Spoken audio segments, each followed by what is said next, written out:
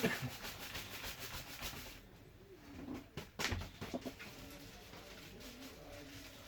bu fazla.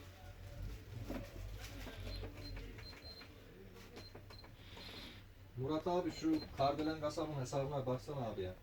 O da değildir ki.